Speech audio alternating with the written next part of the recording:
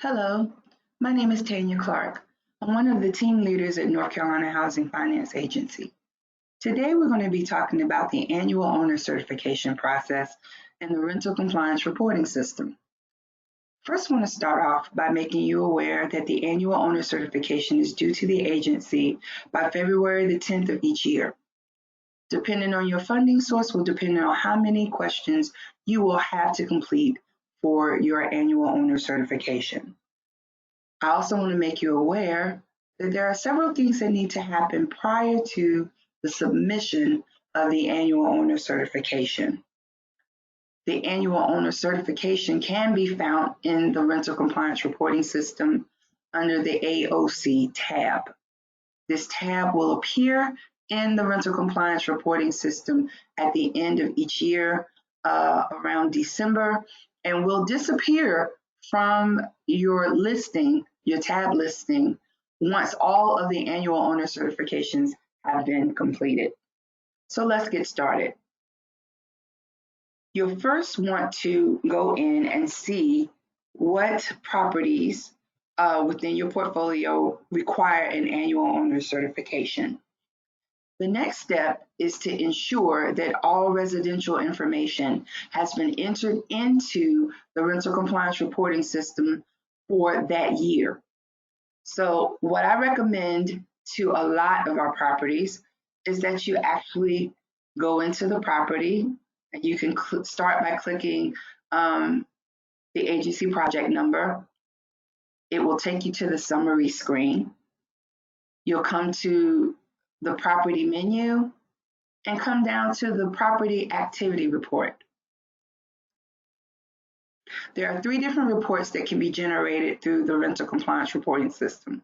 One is by period, the next is by the year, and the last but not least, by status.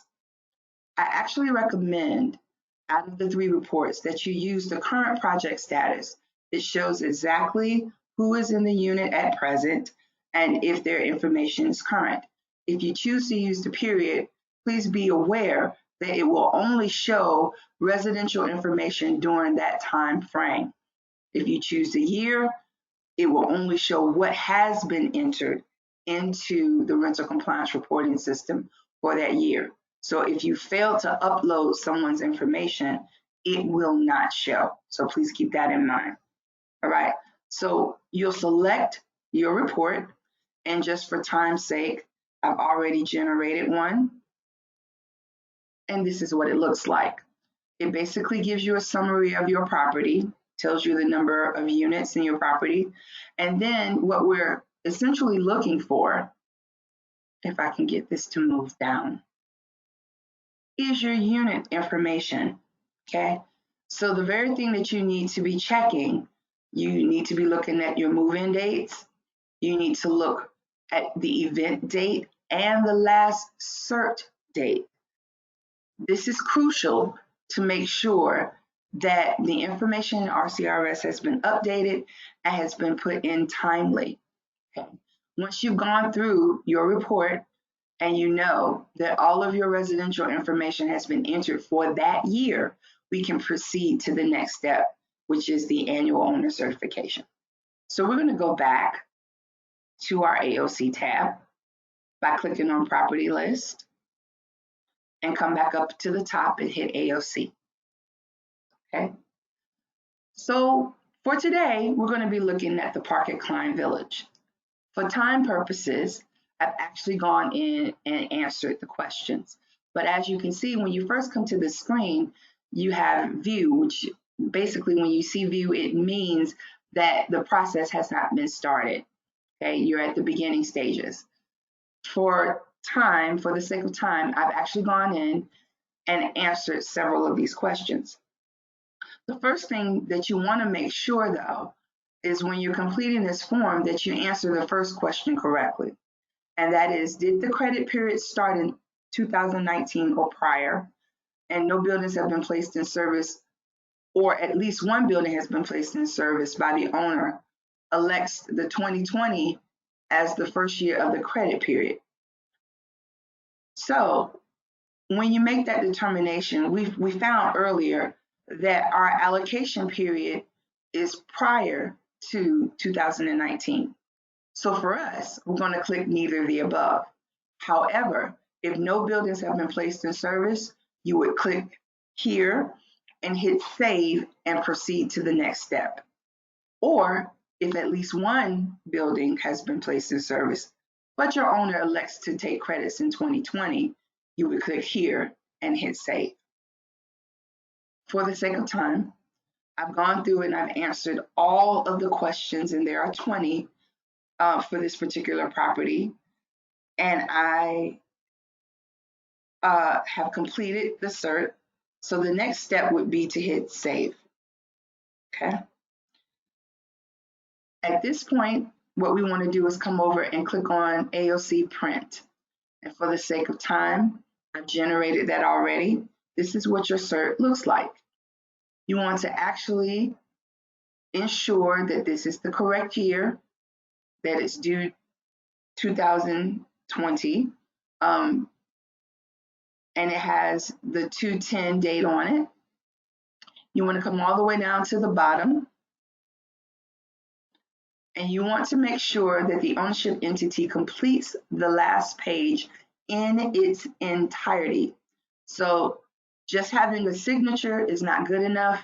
We need the name of the ownership entity. We need their email address, telephone number. We use this information to make sure that we're contacting the correct person. Also, management is not allowed to complete the annual owner certification so far as signature is concerned. The document needs to be sent to the ownership entity, and they alone have the right and the responsibility to sign and complete this last page of the form. Once that's been done, you'll come back to the rental compliance reporting system. You'll click on upload and submit. You'll scroll all the way down to the bottom. And for the final time, you will certify that the documentation that you're submitting has been completed in its entirety and is accurate and true. You're going to upload the annual owner certification, okay?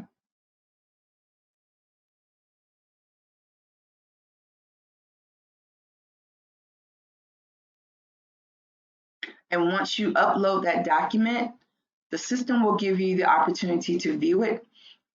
If there are any discrepancies as you're entering information into this questionnaire, if you find that there's something that we have listed in our system and it does not agree with what you have in your documentation, we ask that you would actually attach it to the annual owner certification and submit that as one document, because you do not have the ability, unfortunately, to enter multiple documents here. So you want to scan all of this as one. Once you've uploaded it, you can then see that there's a view, so you can actually look at the documentation. You will then hit save, and it removes your property from off of the annual owner certification. If you have a question about whether the document has been actually accepted by the agency, you can then go to your property list.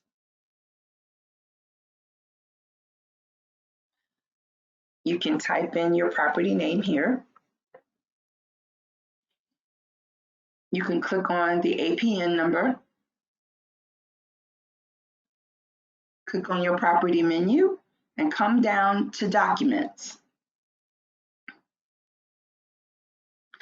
And at this time, if you'll scroll all the way down, you can see that we have successfully submitted our annual owner certification for the year ending 2019.